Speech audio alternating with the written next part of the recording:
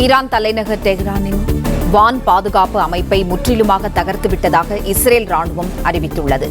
இஸ்ரேலிலிருந்து எவ்வித சிரமமின்றி போர் விமானங்கள் இனி டெஹ்ரானை அடைய முடியும் என இஸ்ரேல் ராணுவம் தெரிவித்துள்ளது. வான் பாதுகாப்பு தடுப்பு அமைப்பு தகர்க்கப்பட்டதால் போர் விமானங்கள் மூலம் டெஹ்ரானை தாக்கி வருகிறோம் என்றும் இஸ்ரேல் ராணுவம் குறிப்பிட்டுள்ளது.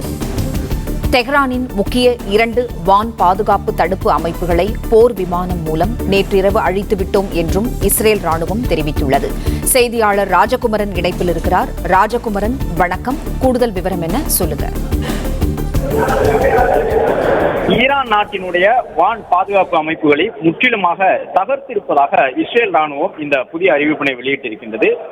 ஈரான் தலைநகர் டெஹ்ரான் மீது தொடர்ச்சியான தாக்குதலை கடந்த 2 நாட்களாக இஸ்ரேல் நடத்தி வரக்கூடிய சூழ்நிலையில் ஈரான் நாடும் கணிசமான போர் ஆயுதங்களை கொண்ட ஒரு நாடுதான். அது மட்டுமல்லாமல் ஓரளவு வான் பாதுகாப்பு அமைப்புகளையும் வைத்திருக்கக்கூடிய ஒரு நாடு. பவார் 373 என்று சொல்லப்படக்கூடிய ஒரு வான் பாதுகாப்பு அமைப்பை எல்லாம் ஈரான் நாடு வைத்திருக்கின்றது. கிட்டத்தட்ட ரஷ்யாவினுடைய S-400 அமைப்புகளுடன் ஒப்பிடக்கூடிய அளவிற்கு பவார் 373 என்று பெயரிடப்பட்டிருக்கக்கூடிய 300 கிலோமீட்டர் வரையிலான இலக்குகளை தாக்கி அழிக்கக்கூடிய வான் பாதுகாப்பு அமைப்புகள் எல்லாம் ஈரான் வைத்திருக்கின்றது.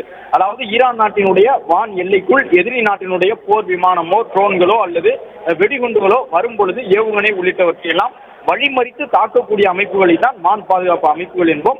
அந்த அடிப்படையில் இந்த வான் பாதுகாப்பு அமைப்புகளை கிட்டத்தட்ட 5 வான் பாதுகாப்பு அமைப்புகள் ஈரானிடம் இருக்கின்றன. ரஷ்யாவை சார்ந்த S-300 உள்ளிட்டவற்றை எல்லாம் அவர்கள் பயன்படுத்தி வருகின்றார்கள். அவை அனைத்தையும் தற்பொழுது தாக்கி அழித்திருப்பதாக இஸ்ரேல் ராணுவம் தெரிவித்திருக்கின்றது.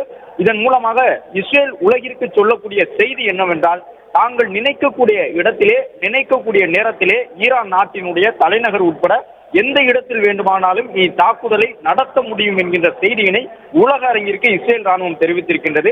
அணு ஆயுதங்களை தயாரிப்பதற்கான முயற்சியிலே தொடர்ந்து ஈடுபட்டு வரக்கூடிய ஈரானுக்கு பதிலடி தரக்கூடிய விதமாகவும் இஸ்ரேலை சுற்றி இருக்கக்கூடிய ஒரு சில நாடுகளை, சூடான், ஈராக் உள்ளிட்ட நாடுகளையும், ஹவுதி உள்ளிட்ட கிளர்ச்சியாளர்களையும், காசா முனையில் இருக்கக்கூடிய அந்த போராளி குழுக்களுக்கும் தீவிரவாத குழுக்களுக்கும் தொடர்ந்து ராணுவ உதவிகளை ஈரான் செய்து வருவதாக பலமுறை இஸ்ரேல் எச்சரித்த பிறகும் கூட அவர்களுக்கான உதவியை தொடர்ந்து ஈரான் வழங்கி வந்ததன் காரணமாக இந்த தாக்குதல் நடவடிக்கையை தொடங்கி இருக்கின்றது இஸ்ரேல்.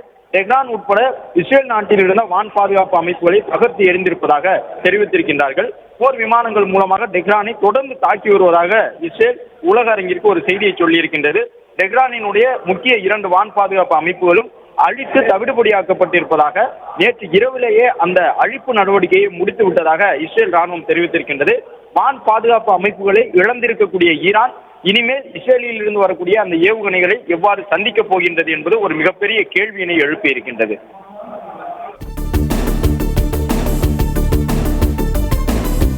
பிளே ஸ்டோர் மற்றும் ஆப் ஸ்டோரில் இருந்து பாலிமர் செயலியை QR கோடு மூலம் பதிவிறக்கம் செய்யுங்கள். செய்திகளை உடனுக்குடன் பெறுங்கள்.